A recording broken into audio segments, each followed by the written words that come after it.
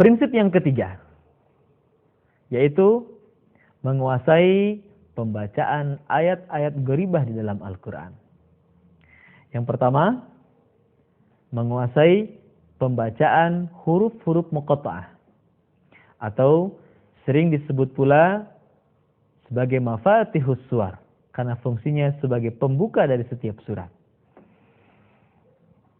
Seperti misalkan pembacaan awal surat Al-Baqarah, awal surat Ali Imran, surat Toha, surat Yasin, surat Maryam, dan lain sebagainya. Mari kita pelajari langkah-langkah praktis di dalam metode QRQ untuk membaca huruf-huruf muqatta'ah berikut ini. Langkah yang pertama, sebutkan huruf demi huruf tanpa menggunakan harokat, seperti alif, lam, mim, kaf, ha, ya, ain, sod, dan lain sebagainya. Kemudian langkah yang kedua, huruf-huruf nun, qaf, sod, ain, sin, lam, kaf, dan mim, atau sering disingkat menjadi sebuah kalimat naqussu asalukum, yang memiliki bunyi akhiran. Suara kita panjangkan. Contoh, nun, qaf, sad, ain,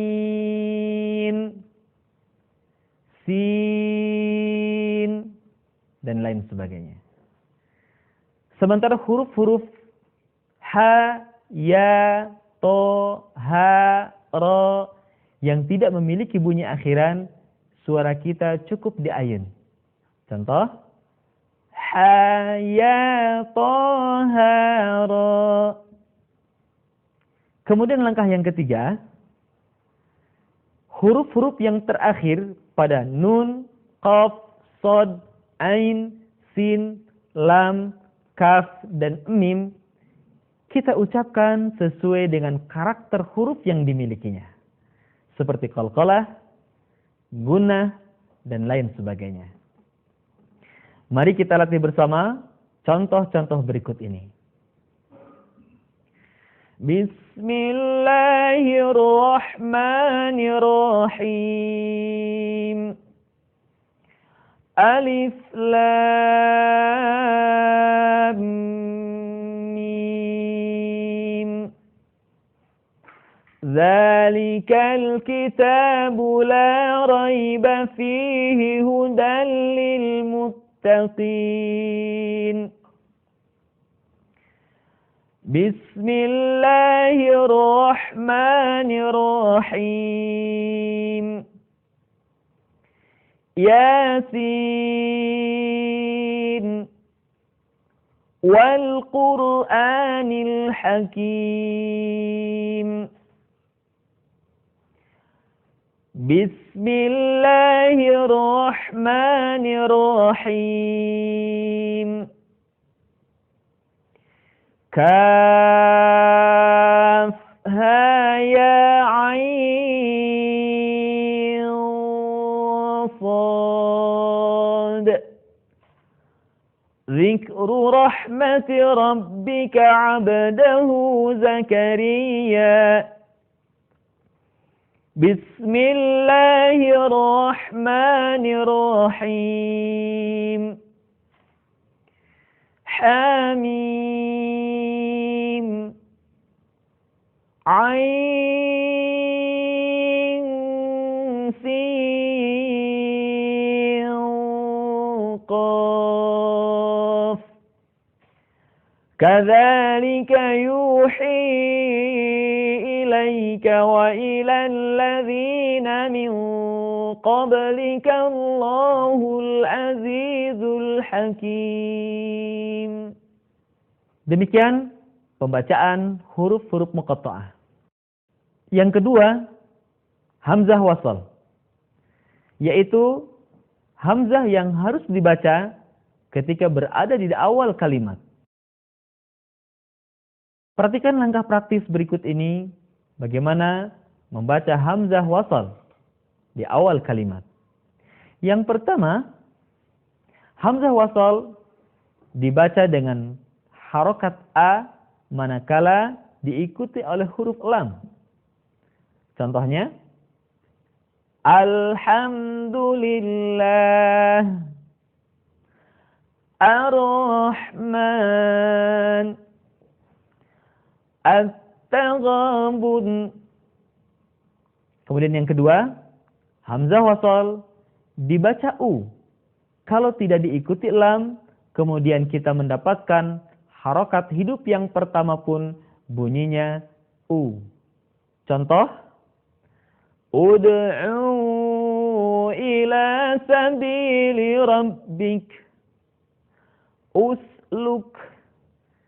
Dan yang ketiga, hamzah wasal dibaca dengan harokat kasrah manakala tidak ada unsur pertama yaitu lam dan unsur yang kedua yaitu huruf yang pertamanya bukanlah u. Maka kemudian hamzah wasal dibaca dengan harokat i. Contoh, Ihdinas siratal mustaqim, Irji'i ila rabbik, Ittakhadhu aymanahum. Kecuali pembacaan pada surat Al-Ahqaf ayat 4 yang semestinya u'tuni dibaca ituni. Tetapi hal ini hanya berlaku kalau hamzah wasal berada di awal kalimat. Akan tetapi kalau di tengah-tengah kalimat maka hamzah wasal tidak dibaca. Perhatikan contoh surat Al-Ahqaf ayat 4 berikut ini. Qul ara'aytum ma tad'una min dunillahi aruni madza khalaqu minal ardi am lahum syirkun fis samawati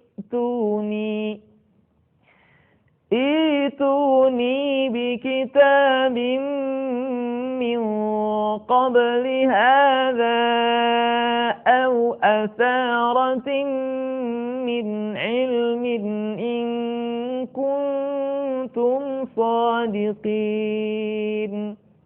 Yang ketiga, nun wiqayah, yaitu nun yang dibaca dengan harokat kasrah manakala kita menemukan huruf yang berharokat tanwin bertemu dengan hamzah wasal. Contoh, yauma idzin bertemu dengan al-masaq. Dibaca bukan yauma idzil, akan tetapi yauma idzinil masaq.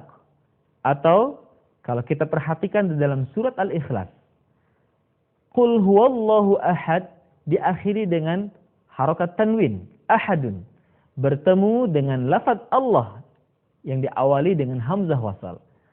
Ketika ahadun digabungkan dengan lafaz Allah, maka kita harus mengucapkan ahadun menjadi ahaduni. Perhatikan contoh berikut ini. Qul huwallahu ahadunillahus samad. Demikian bagian yang ketiga di dalam prinsip yang ketiga. Yang keempat, ayat-ayat sajadah. Yaitu ayat-ayat yang di dalamnya terdapat perintah sujud dari Allah Subhanahu wa taala.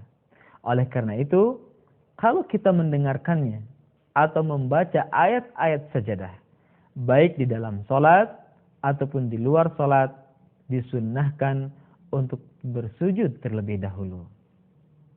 Adapun doa yang dicontohkan Rasulullah sallallahu alaihi wasallam ketika melakukan sujud tilawah, Allahumma laka sajadtu wa bika amantu wa laka aslamtu sajada wajhiya lilladzi khalaqahu wa sawwarahu wa syaqqa sam'ahu wa basarahu bihaulihi wa quwwatihi tabarakallahu ahsanul khaliqin.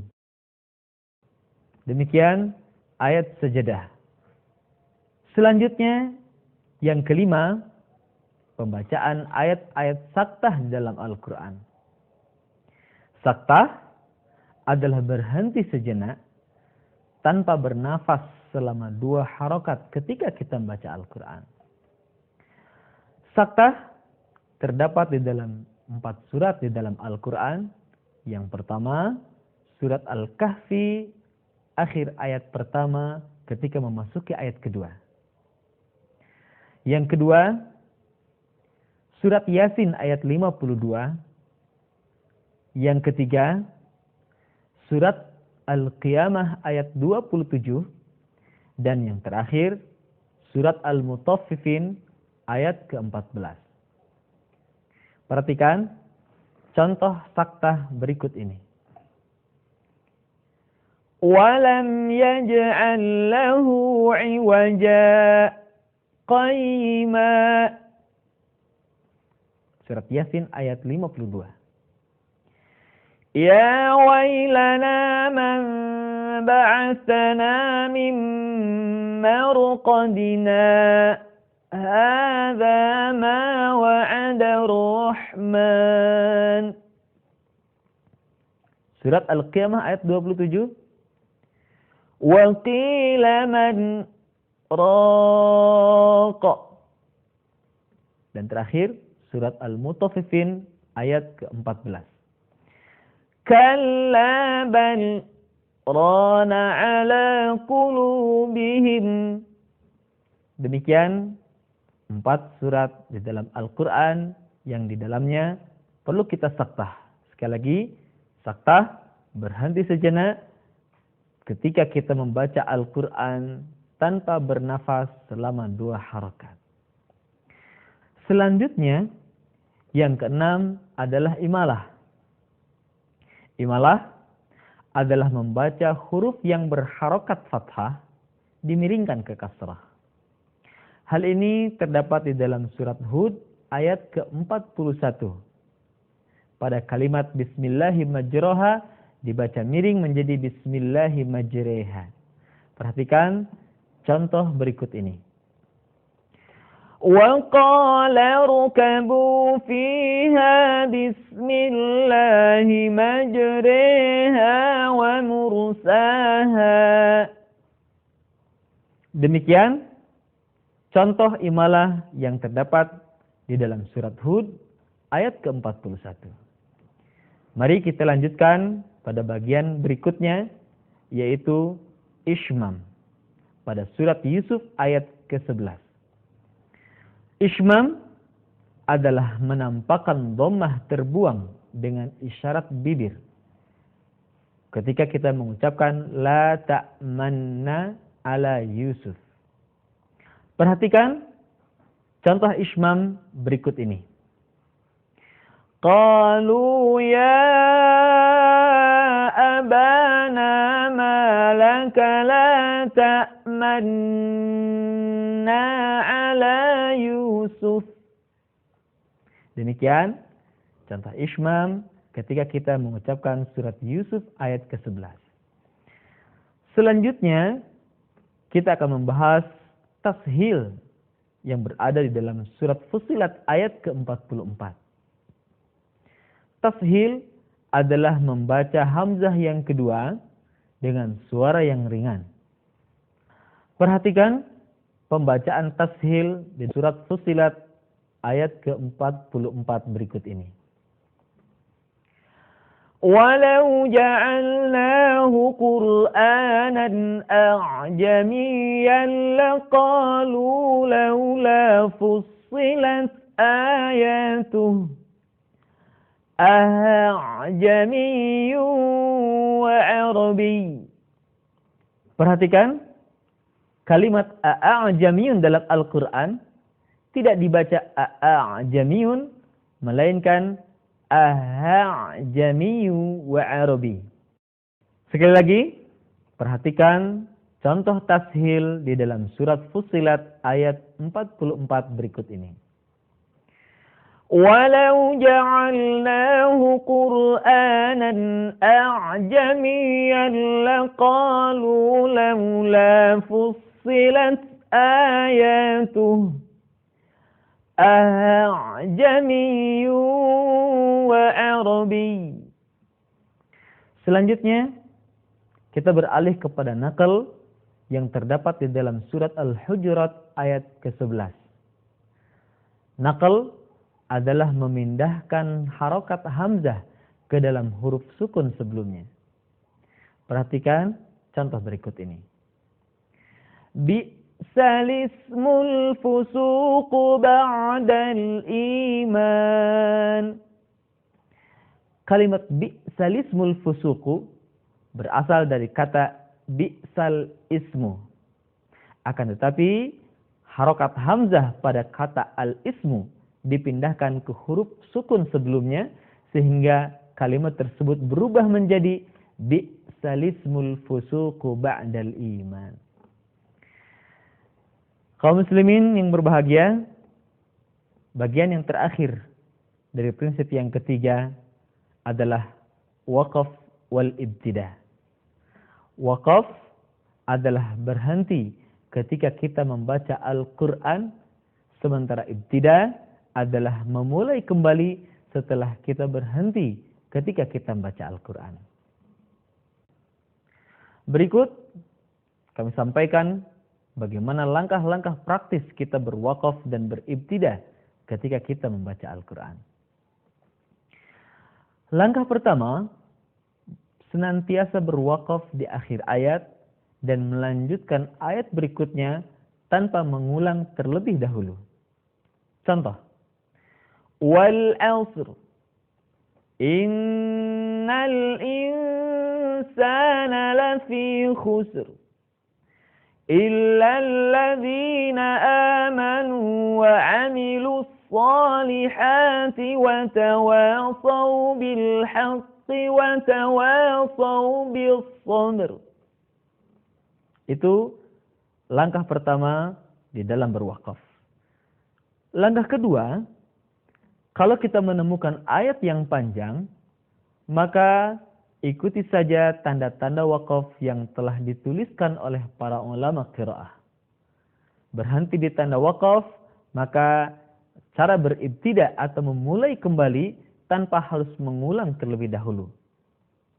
Contoh, Dzalikal kitabu la raiba fihi hudan lil muttaqin.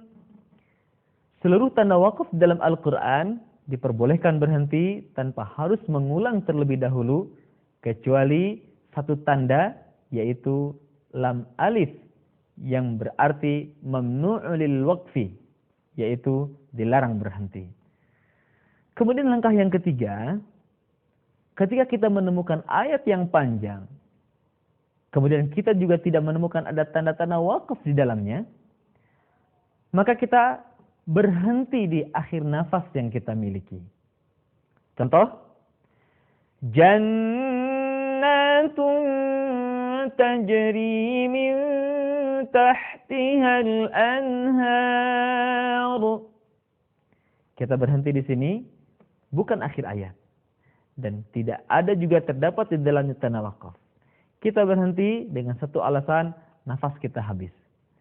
Oleh karena itu, berhentilah di akhir nafas yang terakhir yang kita miliki. Untuk kemudian, kalau kita tidak yakin akan kesempurnaan makna yang dimiliki, maka ulanglah terlebih dahulu satu atau dua kata sebelumnya. Contoh tadi, lahum jannatun tajri min tahtihal anhar. Jannatun tajri min tahtihal anhar khalidina fiha abada. Atau dalam ayat yang lain, alladzina yu'minuna bil ghaibi wa yuqimuna as-salah الصلاة ومما رزقناهم ينفقون. Demikian, kalau kita berhenti di akhir nafas, maka kita lanjutkan sampai kita menemukan tanah wakaf atau kita berhenti di akhir ayat. Demikianlah kaidah-kaidah praktis di dalam berwakaf ketika kita membaca Al-Quran. Memang Al-Quran ketika kita baca dengan baik dan benar, disertai dengan penuh kekhusyuan dan penuh harap kepada Allah Subhanahu wa Ta'ala, Al-Quran memberikan ketenangan, memberikan ketentraman tersendiri dan keasyikan tersendiri bagi kita. Oleh karena itu, berharaplah terus kepada Allah Subhanahu wa Ta'ala agar kita digolongkan oleh Allah Subhanahu wa Ta'ala termasuk hamba-hambanya yang istiqamah bersama Al-Quran, baik membacanya, mengkajinya, menghafalkannya, ataupun mengamalkannya dalam kehidupan kita sehari-hari. Selamat menikmati hari-hari indah bersama Al-Quran. Assalamualaikum warahmatullahi wabarakatuh.